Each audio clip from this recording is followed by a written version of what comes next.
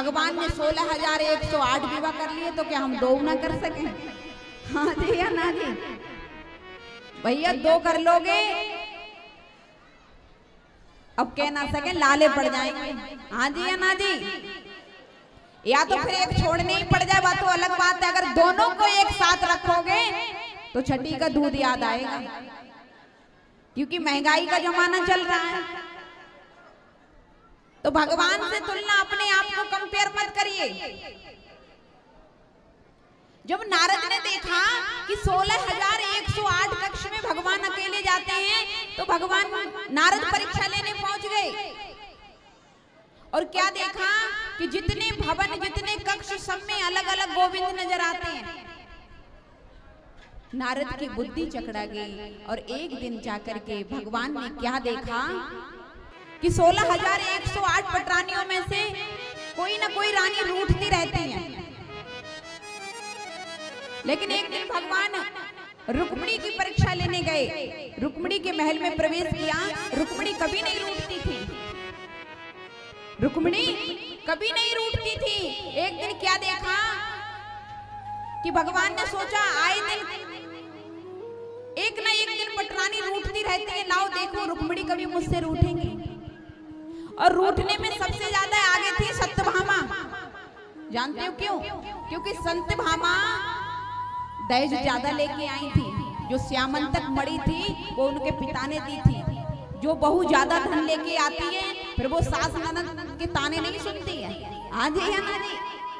सास कहेगी अरे बहू ये काम कर ले गए माँ जी, इसीलिए तो मेरे बाप ने ज्यादा धन दिया था, इसीलिए तो मेरे बाप ने तुम्हारी मांग से भी 1 लाख रुपए ज्यादा दिए हैं। काय के कारण? कि मेरी बेटी को काम करना नहीं पड़े। बोलो राधे राधे। तो सबसे ज्यादा रूठने में सत्यभामा थी। भगवान कृष्ण ने देखा कि रुक्मिणी कभी नहीं रूठती है। एक दिन जाकर के रुक्मिणी के पास गए और भगवान कहने लगे रुक्मिणी हाँ सब ठीक है? बोले हाँ प्रभु ठीक है। आप बताओ।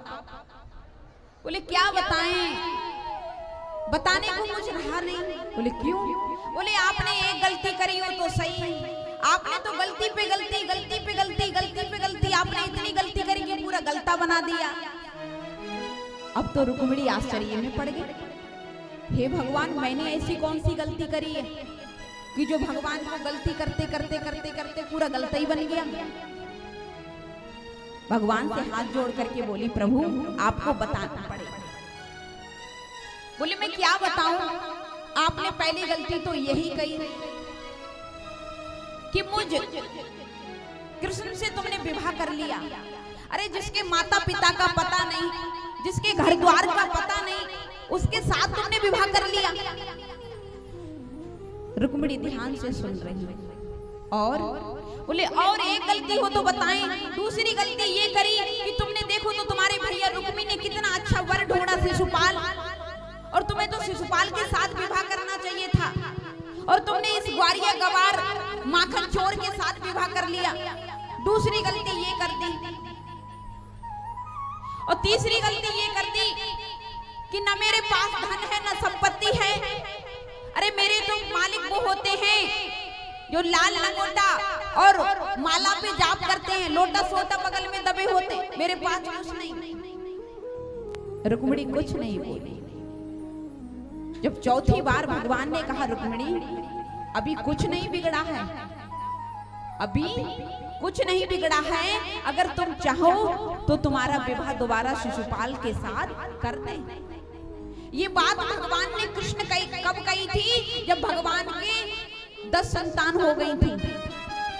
कितनी? 10। एक संतान हो जाए और देवी जी से मजाक करके देखना, दारी के पहले तो डंडे ही ठोक देगी, फिर 4 दिन रोटी और ना देगी। हाँ जी है ना जी? कहेगी मोते मजाक करने आयो। लेकिन देवी रुक्मिणी ने कुछ नहीं कहा। कहा प्रभु ध्यान से सुनिए,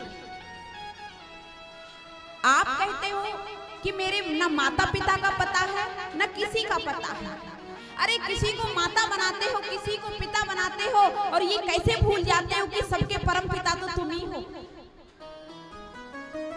रुक्मिणी ने एक एक बात भगवान के कृष्ण का जवाब दिया, कैसे भूल जाते हो?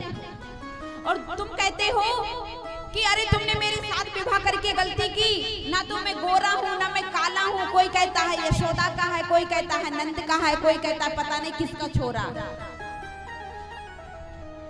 प्रभु ब्रजमंडल में कहते हैं यदि लला तुम होते लली, गले कट जाते करोड़न के।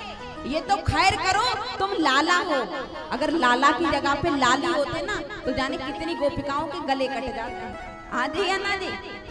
तो भगवान से कह रही है तो खैर करो कि तुम लाला हो, अगर लाली होते ना तो गले कट जाते करोड़न के। भगवान की एक एक बात का जवाब दिया मैया रुक्मिणी ने।